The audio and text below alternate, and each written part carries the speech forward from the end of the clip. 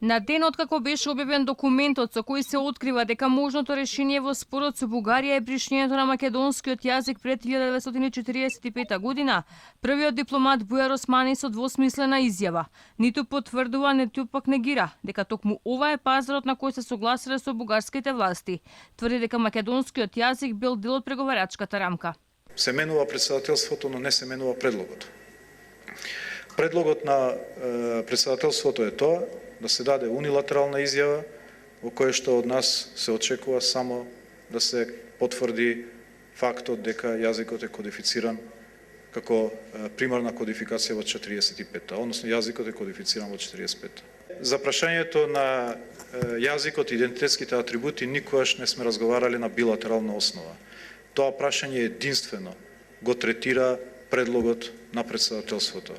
Во Софија разговаравме, разменувавме идеи за содржината на патоказот. Медиумите, а неофицијално владата го објавија португалскиот предлог во делот за јазикот. Македонија треба да прифати дека македонскиот јазик постои од 45-та година наваму. Според договорот кој беше објавен од Канал 5 е составен од 4 анекси. Практично се разјаснува изјавата на португалската државна секретарка за европски прашања Ана Паула Закаријаш дека македонскиот јазик никогаш бил дел од бугарскиот, а Европската унија има разбирање за Бугарија.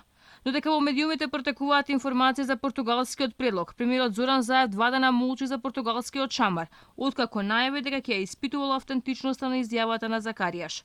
А португалскиот министер за надворешни пак Силва, кој во Скопје го донесе предлог решението, изрази жалење за изјавата на неговата колешка. Се обиде да ја оправда, оти наместо северно македонски сакала да каже македонски.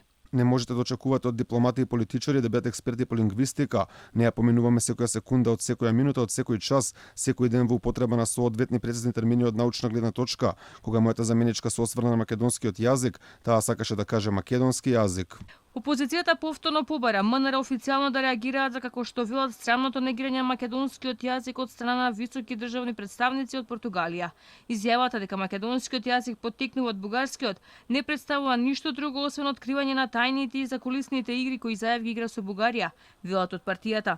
Веднаш и без одлагање Министерството за надворешни работи да ја објави јавно комуникацијата со португалските колеги за да докаже дека протестирала за сквернавењето на македонскиот јазик.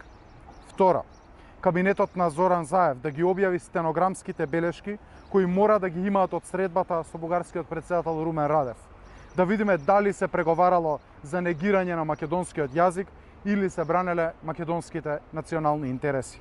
Документот кој е составен од 4 анекси предвидува дека на почетокот на првата меѓувладена конференција Македонија и Бугарија треба да дадат унилатерални декларации со кои ќе се обврза дека нема да се нарушуваат црвените линии и се овозможува продолжување на евроинтегративниот процес.